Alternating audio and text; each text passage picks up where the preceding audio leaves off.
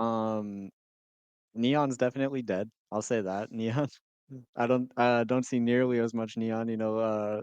This time a few months ago, people were running her on basically every map because of how good she was. I think it's very rare to see her now.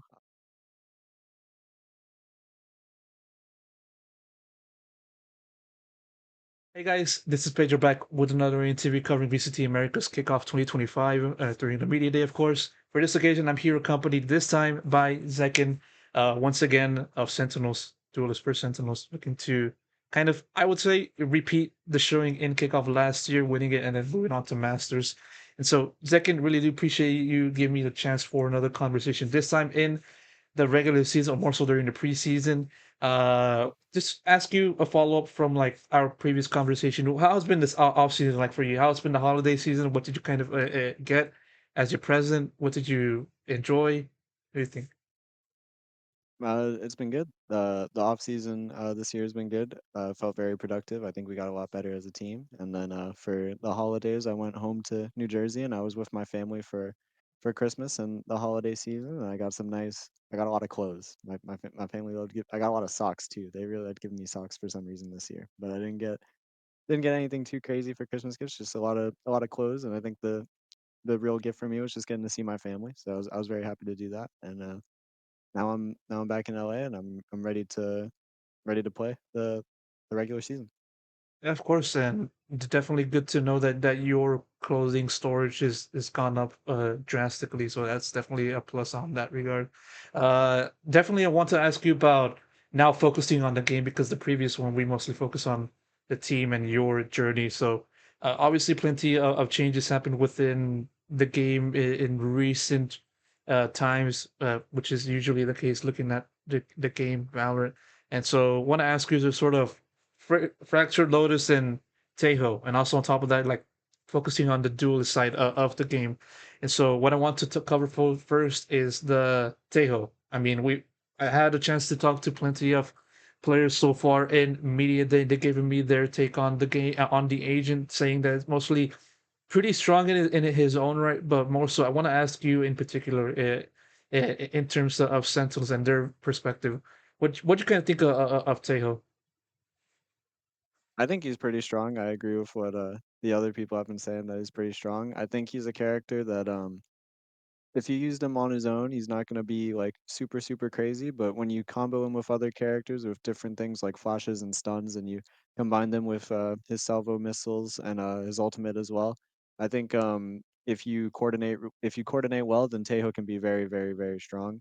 So I do think you'll see like pro teams playing him. I can't say for sure whether or not we'll be playing him, but you'll have to see that come kickoff. But in my opinion, I do think he's strong.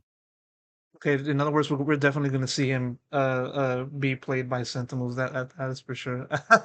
You know, no, of course.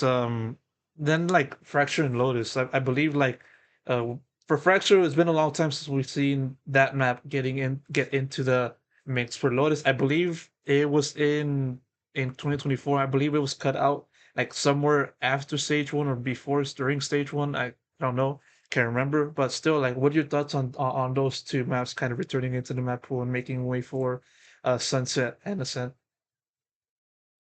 Fracture, I'm very, very excited about.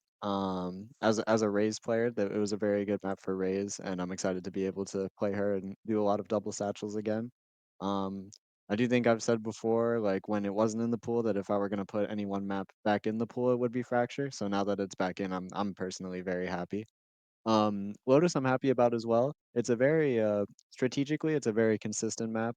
You've seen the one comp with Raise Fade, Omen Viper Killjoy, like teams playing that a whole bunch, and I think it's nice to see the kind of chess match on that map, especially when teams both play that comp and they know what they're doing. I think strategically, it's very fun to watch, and I'm excited to play that as well. I'm pretty happy with the map pool changes that they made recently. Has there been any change like to the maps itself? You know, in terms of like comparing it from back then when it was active and nowadays. Lotus seems pretty much the same. I don't think there's anything too crazy. The I would say the main difference for Fracture is that the last time it was in the map pool, we didn't have the agents like Vise, Tejo, Deadlock even. I don't even think I think Gecko was in the game, but he hadn't been buffed yet when Fracture was out, so we didn't get to see people play Gecko a whole lot on that map. So I think Fracture will be the one that you see like a bunch of differences on with people running maybe more crazy comps. So I'm excited to see the agent variety on that. Yeah, yeah. I also want to ask you about the variety of agents over in your role because you said right there, like, race. You're very good on the race on fracture, and I also want to ask you about like the effects of like the neon nurse because I remember that happened like a few some time ago, or maybe like very recent during the off season. How that would play into the subsequent conversation, the subsequent usage of the duelist agents once kickoff does start. So want to ask you just how does that kind of affect um, your role in particular, and what do you think? Which agents do you feel is going to be more prevalent? Um, Neon's definitely dead. I'll say that. Neon, I don't see nearly as much Neon.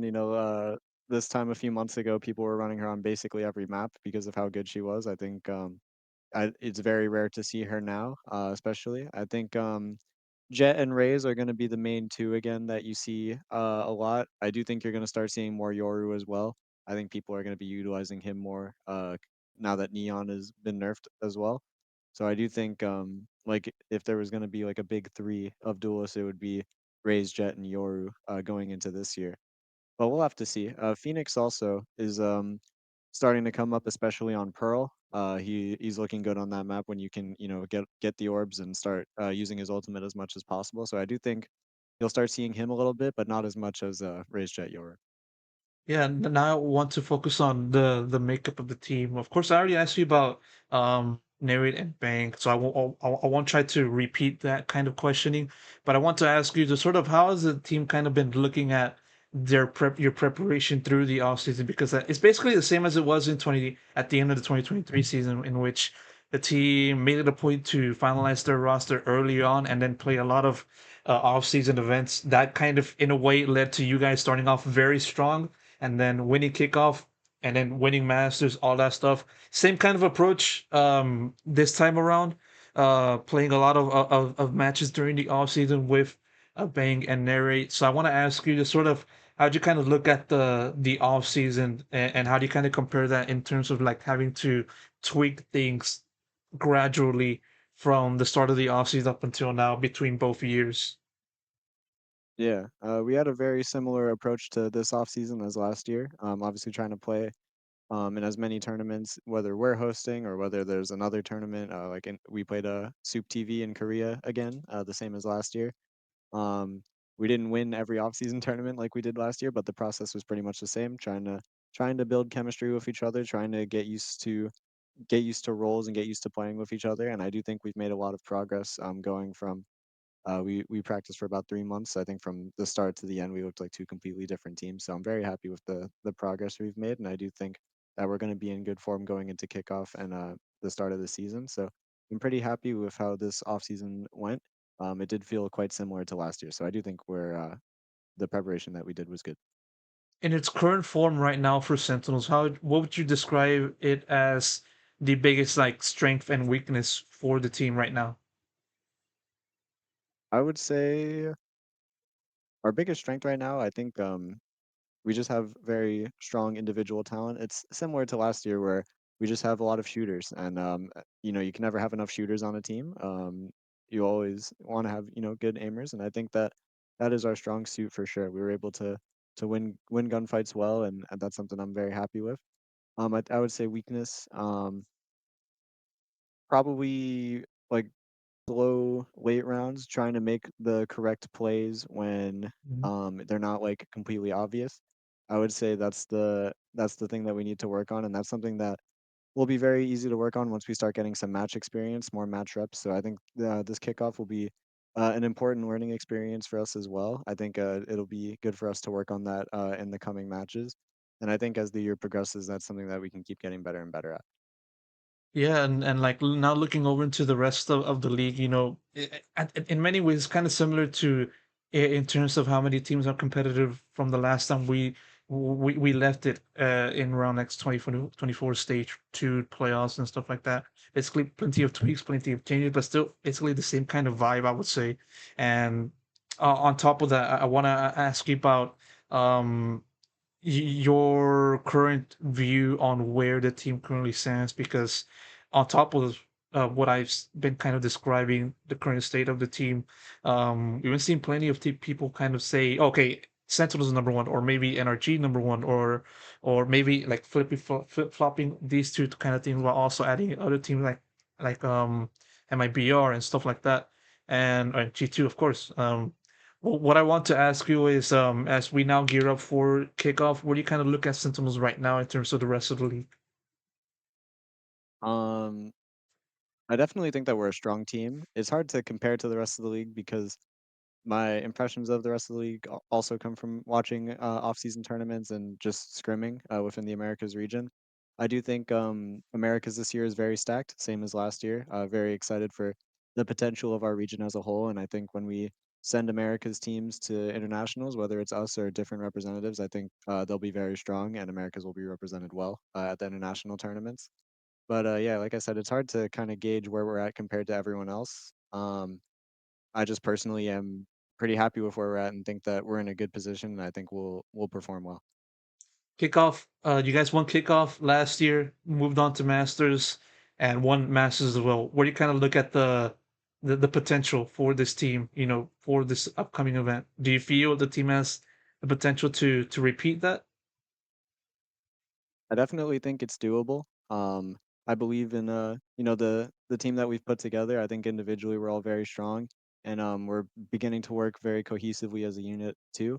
I definitely think it's doable, but obviously it's not going to be easy. America's is very tough and very stacked this year, so we're going to have to work very hard and play correctly and play well under pressure. So I do think it's possible, but obviously it's not going to be easy.